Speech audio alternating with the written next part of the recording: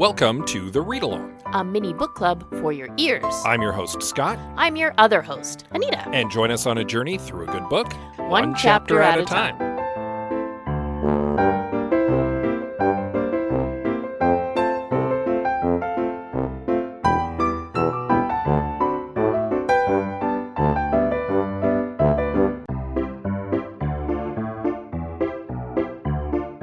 Do you like talking about movies? Do you like talking about mediocre movies? Do you like talking about how you could have fixed mediocre movies? Well, I certainly do, and you can listen to me, Scott C. Bourgeois, along with my co-hosts Greg Beaver and Liam Creswick, as we give our notes, and I have some notes. You can follow it now on your podcatcher of choice or support it by visiting patreon.com/IHaveSomeNotes.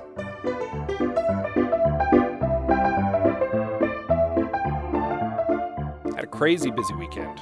Took 20-some cubs to their cubbery. Woo. With 250 other cubs. Spent a weekend taking roughly 30 of them around to various activities in the hot, hot sun, and then got hit with a fierce windstorm while we were tenting. Whee! So yeah, we had quite an adventure. But kids had a lot of fun, and I am tired because of the hot, hot sun, the windstorm, and also the 5:30 a.m. wake-ups. Hey, you chose to do this. You brought this on yourself. It's true. This was a reward. I deserved this. Yes. And I stayed home and did responsible grown-up things. Yeah. I mean, it's not like I wasn't being a responsible grown-up. No, you were. You were being a responsible grown-up elsewhere. Yeah. But, yeah, so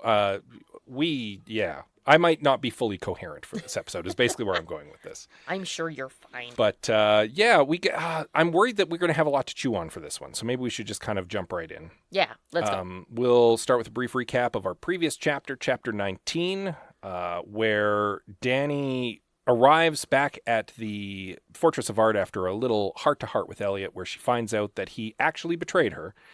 A little bit. Kinda. Sorta. If you squint. From a particular point of view. Yes. Basically, he told Archer where to find her. And that doesn't sit right with her, even if his stated motivation was kind of altruistic. They arrive back at the fortress where they discover little Emma spending a little too much time with a demon in a portrait. And that's when Dani foils a robbery, which is where we find ourselves as we move into Chapter 20 of The Frame Up by Gwenda Bond.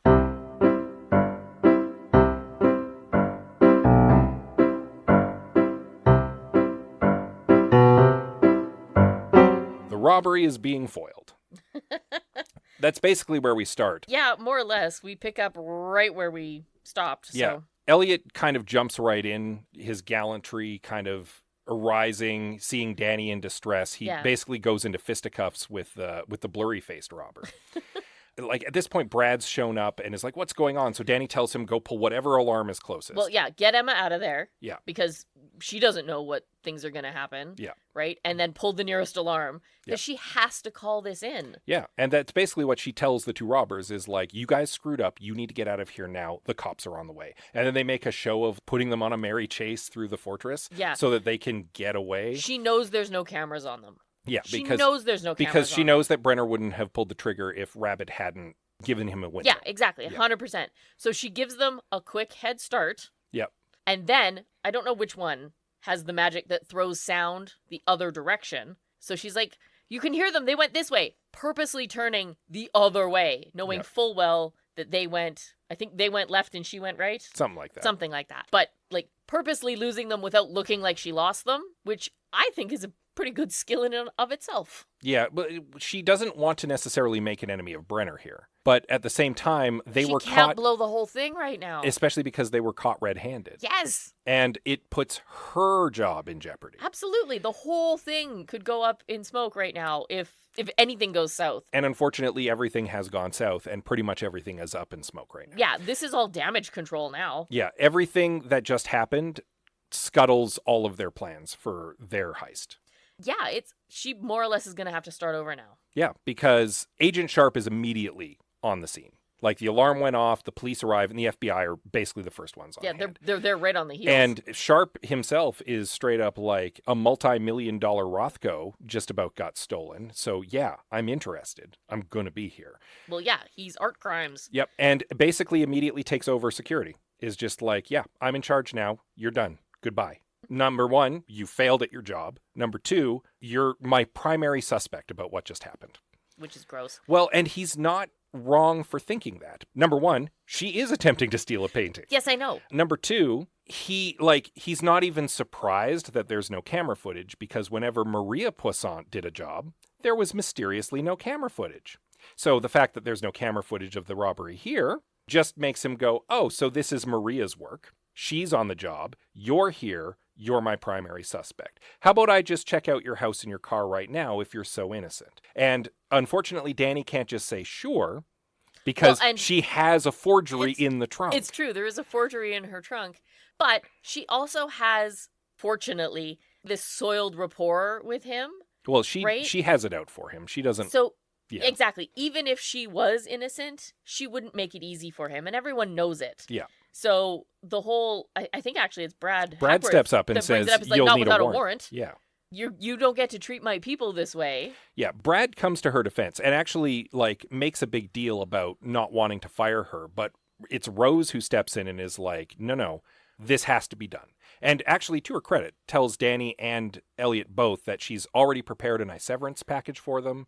Yeah, that was a thing. Those severance packages were ready awfully quick, don't you think? They were. She came pre-prepared with severance packages? In fairness, she may have already spoken to the FBI before walking in. It's also possible that they had always intended to give them like a bonus before they were let go at the end of the job. And she's just like rewording that as you're going to be taken care of. I'm sorry that it had to end this way. But you're right. There is a little suspiciousness there. It just seemed sus. That's all I'm saying. Yeah. Brad does legitimately seem upset that this is how it went down, and Dani kind of likes that he's just rich enough that he can just mouth off to the FBI and not have to worry about repercussions. Right. But Sharp's not backing down on this. And no, and why would he? Probably rightly so. Why would he? Why would the FBI at any point back down? Yeah. They're the FBI. He is the art crimes division. Yep. This is his bread and butter. This is the whole point of his job. Yep. So, and we've basically run through the action of this chapter. Like, it's very fast-paced. Things change very quickly and very badly for Dani. Yes, it sucks. And through it all, she's in a position where she's, number one, she's angry at Sharp because she still has a lot of misplaced anger at him over what she did. She isn't sure she can trust her crew anymore because clearly Rabbit was on what Brenner just did and she went against Dani's express wishes. Exactly. There's a whole sub job that just happened behind Dani's back and that's not okay. From one of her crew. Exactly. Number three, she remembers that Rabbit had mentioned Maria also owes Brenner and Rabbit wouldn't have done this without Maria's input, which means that her mom is also doing an end run around her. Yep. So now she's being meddled with. By her mom and by Rabbit. Yeah. She doesn't know if she can trust if Elliot knew what was going on because Elliot's been in tight with Rabbit for so long. Yep. So everything's in jeopardy at the moment. And now she's not on the inside anymore. She has to move the painting away from the fortress and the already impossible job just got more impossibler. Yes. Yeah. Yeah. Awesome. So it's great. Everything's fine. Everything's great. Nothing is terrible and everything is great. This feels like such a lose-lose situation for Dani. Right? If she didn't call it in, if she let that theft happen or didn't see it, right? If they'd have gotten away with it. She's blamed for it. She's blamed for it. She has failed at her fake job as head of security for this event. Well, that looks bad for her. Not just that, but she will be the primary suspect. Yes, of course. Because the FBI will absolutely assume that she did it. And if she stops it, which she did, she still lost her job because someone attempted a robbery, even though she foiled it, and now she's a suspect because someone tried to steal some art. Yeah. This was a lose-lose situation for her from jump. And the only person who might have succeeded in all this was Brenner. Maybe. Except that he screwed up. And now all of their jobs are in jeopardy. The only people who come out of this smelling like roses with a real shot at their job still is the evil twins who weren't involved. Yeah. Pretty much. And if anything, their job just got easier. Because now 2 crews screwed up. Yeah. Well, Rabbit's still in the shadows. Maria's still in the shadows. even though they were involved. At least we think they were. I think we can safely say Rabbit was involved. Oh, I agree. Yeah. Without actual confirmation from the book, I agree. It's just, wow, did things go south so simply? Mm-hmm. Like, it was so simple. Everything's shot now. So, does Archer actually want his portrait? Or is this cover for something else? That's what I mean. Yeah, we suspected early on that it's possible that all three crews are working the same job on a need-to-know basis. Yeah. And that someone is pulling all three of their strings to get what they want. And Archer has expressed interest not just in his portrait, but the Rothko. Yes. So we also were flirting with the idea that he's also running Brenner's crew. Because Brenner's working for someone, we don't know who. It's possible that Archer doesn't want his portrait back, and that's just a smokescreen for him actually wanting the Rothko. Maybe? I don't know. There's something about this that just makes me feel like the whole ordeal, the entire thing, is just something to punish her. Well, and it's also possible that Dani was put in there so that everybody would be suspicious of her, while the evil twins run the actual theft of the Archer painting for Archer, and Brenner gets the Rothko for him. Yeah, like she's the human shield and the scapegoat at the same time. Yeah. That's what I mean. Is this whole thing put in place to punish Dani? I also had a plausible alternate scenario. Hit me. That Dani is, in fact, bait being dangled to frame up someone else. Who? Ain't nobody likes Agent Sharp. That's true. And he just took over security. Ah. Is it possible that this is all a play by Maria and Archer and others to bring down the big FBI art crime guy? Ooh, I didn't think of that. That might be the frame up we're looking at. And Dani is just too juicy a bait for Sharp not to take an interest in. Maybe. Which is why she was dangled out there with her own job, and she just doesn't know what the real score is. Because through the entire book, it's always felt like she's been acting on imperfect information. Nobody's telling her everything. Agreed. And that might be on purpose, because if she doesn't know what the real score is, she can't accidentally spill the beans. Yeah, plausible deniability. Exactly. I like your idea better. I don't know if I believe it or if I just want it. I don't know. It's hard to say. Like, again, because we're in Dani's head, and if she has imperfect information, we have imperfect information. Yeah. And Dani, it even says in this chapter, she hates mysteries. One of the mysteries she particularly hates is how much does Elliot know? She second guesses herself multiple times through this chapter. Back and forth on this. Because My Elliot goodness. seems like he doesn't know what's going on. Every one of his reactions seems very genuine, but just last chapter, he admitted to her he'd been keeping something from her. Yep. And so now she doesn't know if she can trust him. And she was just betrayed by Rabbit, and Elliot's close with Rabbit. Well, she thinks she was betrayed by Rabbit. We are assuming she was betrayed by Rabbit. I don't think Brenner would have made the move if he didn't have that security window. Again, working on imperfect information. It's true. My personal read on Elliot is he's genuine, and if Rabbit and Maria were making a play without Dani's knowledge, it makes sense to me that Elliot and Mia wouldn't have been in the loop on that, because they're too close to Dani. Yeah.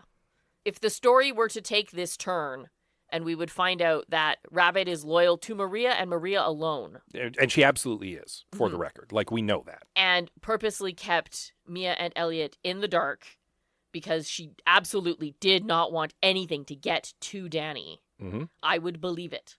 That tracks. Yeah. If the book comes out and reveals that, yes, 100%.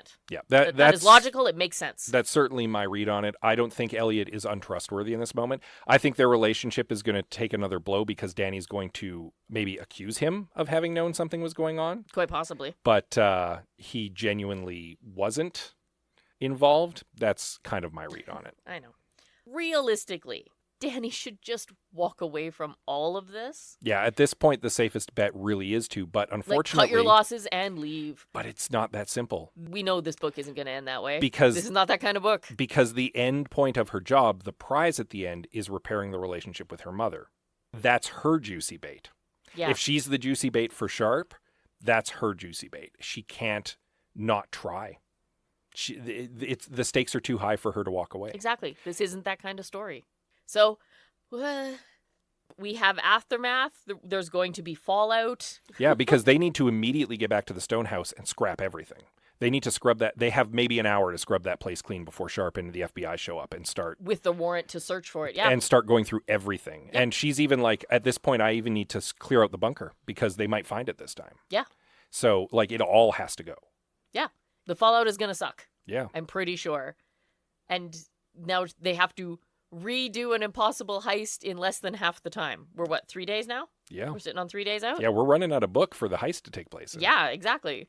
Here's actually an easier way to do the impossible heist that I just thought of, just off the top of my head. Hit me. Let the evil twins steal it, and then steal it from the evil twins. Ah, That would probably be easier than trying to steal it from the fortress at this point. that's true. So if with 3 days left, I had to still figure out how to steal that portrait, and I knew that the fortress was no longer an option, Let the evil twins do I it. know there's another team that's after that painting. I'd start staking out the evil twins because they're going to be an easier hit. I know, but this is theft upon theft upon theft now. It's getting layered and complicated. Because that's a whole nother heist. Yeah. Thieving something from a thief. Oh, Nita, because you would hate a nested heist. No, they're the worst. That's definitely she not said, something. dripping with sarcasm. Definitely not something that you enjoy. Goodness, no. But honestly, logically, that's probably the play here at this point. Is like, there's no way we're going to get into that fortress now. They're going to double security. Mm-hmm. They're going to be watching for us specifically. And we're not getting anywhere near it at this point. So This does turn to Thieves' advantage, though, because all eyes are on the Rothko. No one cares about Archer's portrait. No one else knows that it's important. Rose wants it. Mhm. Archer obviously wants it. mm-hmm. That's kind of it. Brenner was after the Rothko. Oh, Yeah. sorry, the evil twins are after Archer's painting. which is why I'm saying that makes them the target at this point. Yeah. Let them get the painting, figure out where they're going to be in transit with it, and make the swap on them. So Yeah. they end up with the forgery and you have the original. Yeah, because Sharp's going to be looking harder at the Rothko than anything else. He's also going to be looking specifically for Dani and Elliot. Yeah, who should not be there in And- any capacity. And so who they else? should be far away. So the only other member of the team at that point who can go in is Mia. Yeah, and she's not going in. No, you don't send in Mia. So steal from the evil twins. I think that's the play. I think that's what we're going to see. Yeah, obviously we will see what happens, Help but it makes sense. Work behind the scenes to help the evil twin scheme play out, and then Swipe it from them. do the swap with them. Yeah. Also, screw those guys. They deserve it. They're jerks. They're jerks. They deserve it. Yeah. All right. So yeah, a little bit to chew on here. A lot of really fast-paced action, but like a lot of fallout to consider. Yeah. So. I'm curious to This is see the how big- the chips will fall This now. is the big third act twist where everything goes wrong and they need to recalculate. Yes, So, because things have been going so smoothly up until this point. yeah. Anyway, maybe we'll find out a little bit more about what Rabbit was actually up to and God, I hope so. who was involved in this Brenner business as we move into chapter 21, which you'll want to read up on in time for next week. Mm-hmm. In the meantime, as always, you can give us a little rating and a review on your podcatcher of choice. And as always, we appreciate those very much. Yeah, you can also reach out to us via assorted social medias. Oh, yes. Pick your poison. We are on Facebook, Instagram, Blue Sky, Goodreads. We are at the Read Along on most of those. Yeah, you can also send us an email. Oh, we would love that very much. You can reach us at thereadalong@gmail.com. And with that said, as always, we love you very much, and we'll see you next time. More heistiness. Cutting in real quick at the end of the episode, it is a day after we recorded the rest of this episode. And while I was going back and editing, something Nita said made something click in my brain. And I felt like it was something we should quickly discuss and add into this episode rather than wait until next week because it might be pertinent to the next chapter. Right. No way to tell. But I felt like it was an interesting idea that deserved discussion. And it was based off of something that Anita said while I was listening through and editing. And it was when you said that there's now thieves' advantage to whoever's going after Archer's painting because all eyes are going to be on the Rothko. Yeah. Because Brenner's team acted too rashly and made a mistake. Yeah. basically. And we know he's going after the Rothko. Yeah. And now everybody's stuff is a mess. And then I was like, there is one team that now has a distinct advantage. And that was the team that we said maybe Dani should steal from, the evil twins. And then I realized the two people who were stealing the Rothko, one of them had a blurry face, and the other one threw the sound of their escape down the other hallway, which are an auditory illusion and a visual illusion. And there were two of them, and they were caught red-handed by Dani, which caused all of this to blow up. And that's when I realized, Could those have been the evil twins deliberately sabotaging the other 2 heists that are going on? So I'm sitting in the waiting room of our dentist's office, waiting for my appointment. My phone rings. It's Scott. If he phones me in the middle of the day, like, it's entirely possible something's wrong. So I obviously pick up the call. And he explains all this to me, and I was like, oh, the twins, obviously. Oh my God. Like, I can't believe we didn't pick it up immediately. Well, I felt foolish. And this is obviously a theory. We don't know for sure. No, but it fits so well. And it's interesting that Dani doesn't think about this in the moment either. Right? Because she's so hung up on... She's so primed to be betrayed herself because she herself has betrayed, that it doesn't even dawn on her that someone could be messing with her. That this could be a run by the twins specifically designed to scuttle both her and Brenner's heists. Because that's exactly what this did. Yes. 1,000%. Yes. Because now everybody's going to be paying attention to the Rothko, which ruins Brenner's chance to get that. Yep. And Dani's lost her access to the fortress. The very thing that she said to the twins' face when she met them that she had that they didn't. Yeah, and now they've taken that away. And it's been suddenly taken away. Yeah. And I don't see how it can't be the twins. Like, it has to be the twins. And they're using powers that fit perfectly in line with what we know the twins' powers are, which are one of them can do visual illusions, one of them can do audio illusions. Yes. Yes. So, new theory, unproven, but, like, solid evidence for that was the evil twins. Yeah, and it also, like, there were elements of this that we were puzzled by. Like, why would Rabbit have agreed to do something that would put their heist at risk? Why would Maria have done that when the end goal of this could be her getting out of jail? Why would Brenner act so hastily and rush to do this? And if it was the evil twins acting, that explains all of that. Yeah. Like, there's no question. Yes. And yeah, there's no video evidence left behind, which is a hallmark that Rabbit might have been involved, but Rabbit's not the only computer hacker in the world just because she's maybe the best computer hacker in the world. Right? The twins have been doing this elsewhere. Yeah. Right? Like, they're not new. Yeah, so it's entirely possible that the twins could have made this look like something. Yes. We know that they're tricksters. So why wouldn't they make it look like Rabbit was involved just to mess with Dani? Well, I don't even know if they were trying to make it look like Rabbit was involved. They were just messing with Dani. Yeah, and Dani filled in all the blanks. It's possible. Now, again, this is unproven. We could be totally off base, but it was an interesting theory that I wish I'd thought of in time for the original recording and wanted to drop in at the end of this one. In all honesty, I'm just waiting for you to be proven right when we read the next chapter. Or, yeah, we'll have to wait and see. But we will do that next week. We'll just wrap it up here. We've already done the extra, so we'll just leave it at that, and we'll see you next time. Okay, thanks, love you, bye.